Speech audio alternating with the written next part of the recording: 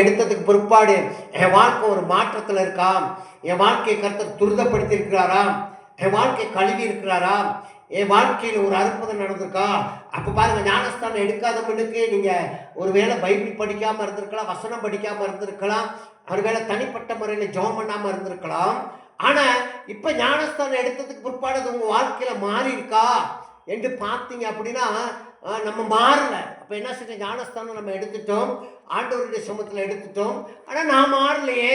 அப்ப ஆண்டவர் சமூகத்தில் கேட்க வேணும், எனக்கு ஒரு மாற்றத்தை கொடுங்க, நான் உங்களோட பேசணும், நான் உங்களை ஆராதிக்கணும், நான் உங்களை துதிக்கணும், நான் உங்களோடு என்ன செய்யணும், தேவ சமூகத்தில் நான் காத்திருக்க வேண்டும்.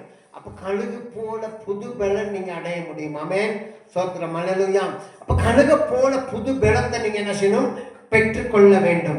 அப்ப தேவ சமூகத்தில் அப்படியே கொஞ்சம் பெற்றுக்கொள்ற காரியங்கள் நிறைய இருக்கு.